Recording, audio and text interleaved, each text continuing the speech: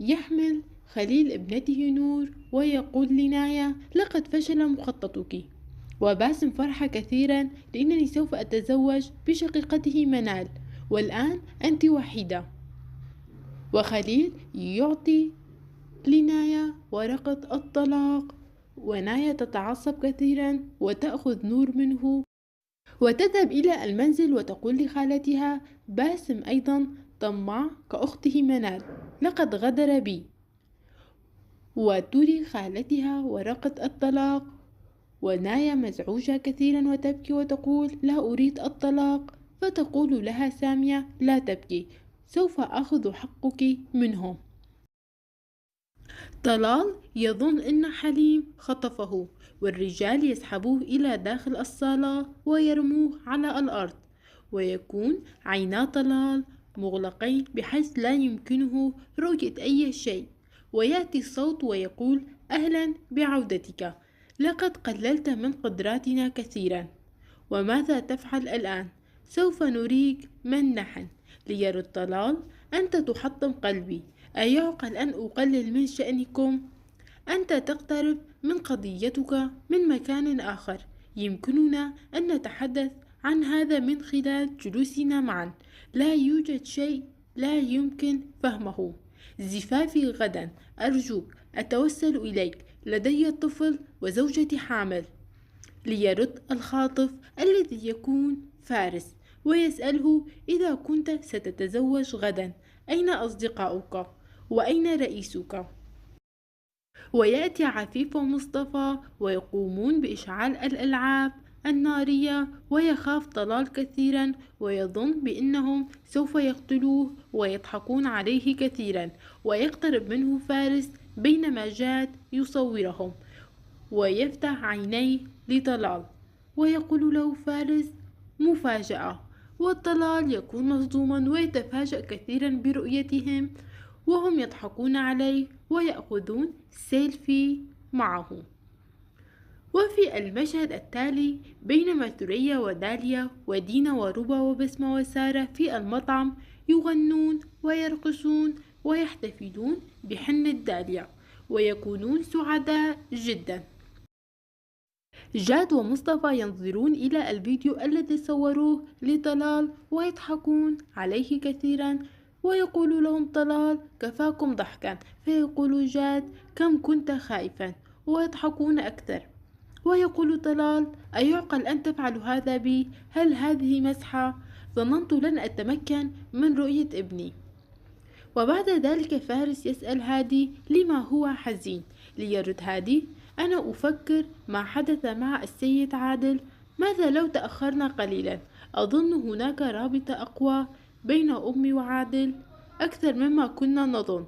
ليرد فارس: ثريا تقول: اتركهم وشأنهم، لأننا سنجر والدتي إلى الوحدة التي لا نعرف ماذا ستكون نتائجها.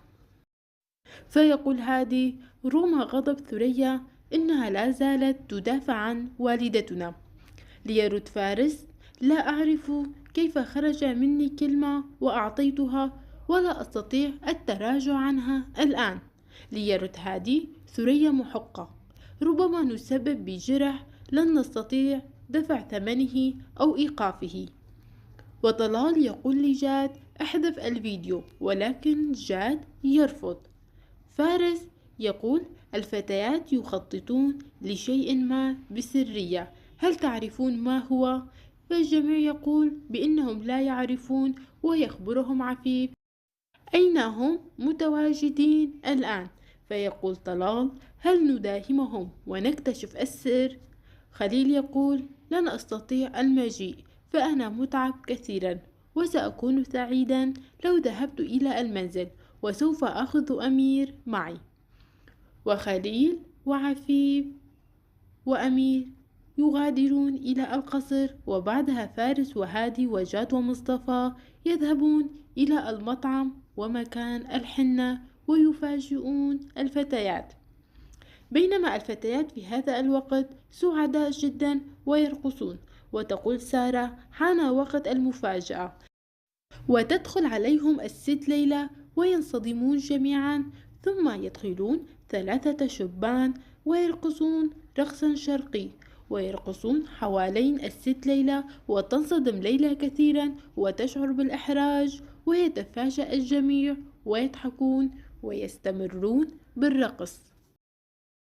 وفي هذه الأثناء يصل فارس وينصدمون من رؤية هذا المنظر، وطلال يرى أن داليا ترقص مع الشبان فيجن جنونه ويهاجم على الشبان الثلاثة، ولكن فارس يمنعه.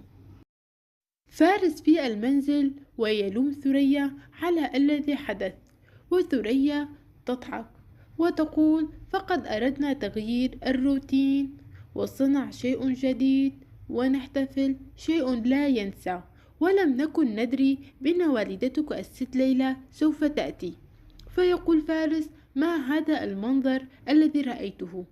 لقد جاءت لأجلك. فتقول ثريا أنا أعلم لما تفعل هذا، أنت لا تريد التحدث مع والدتك من أجل موضوع عادل.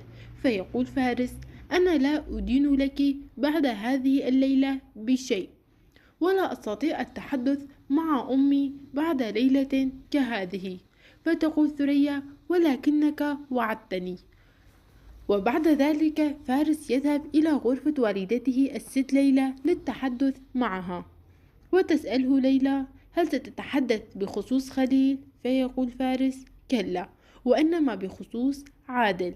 لترد الست ليلى لا أستطيع الجدال بهذا الموضوع الآن. فيقول فارس لن أجادل، اهدئي، جئت لأخبرك من أجل أن تتحسني وتهدئي. لترد الست ليلى أنا لم أتوقف وأستمع لنفسي منذ وفاة والدك، كنت دائما مشغولة بكم، دائما قوية معكم، ولكن كل واحد منكم يعيش حياته الخاصة الآن، والأمهات تتعب وبحاجة إلى سند، وأنا وعادل نعطي لبعضنا القوة، ونحن أصدقاء طريق العمر.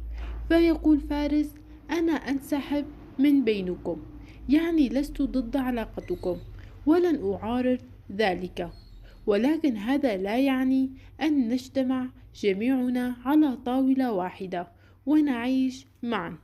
لترد الست ليلى ونحن لم نفكر بهذا. وتفرح ليلى كثيرا بموافقة فارس وتحضنه وتشكره، ويقول لها فارس وأنا سأتكلم مع الأولاد. آدم لوحده وحزين. وفي اليوم التالي يذهب إلى المستشفى لرؤية والدته، وتفرح أميرة كثيرا برؤيته وتحضنه وتعبر له عن اشتياقها له وتقبله. ويواجهها آدم بالرسالة وبأنها لم تنقذ حياته وإنما جعلت منه قاتلا، وتحاول أميرة التبرير له، ولكن آدم لا يستمع لها ويتركها لوحدها ويذهب.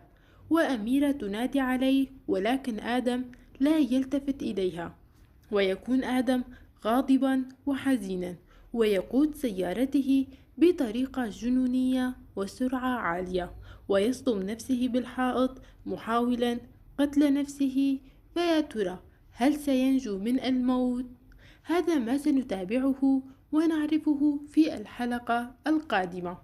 متابعينا، هذه كانت ملخص وأهم أحداث الحلقة 54 من مسلسل عروس بيروت. إن أعجبكم الفيديو اشتركوا بالقناة وفعلوا الجرس ليصلكم كل جديد. شكرا لكم على المتابعة.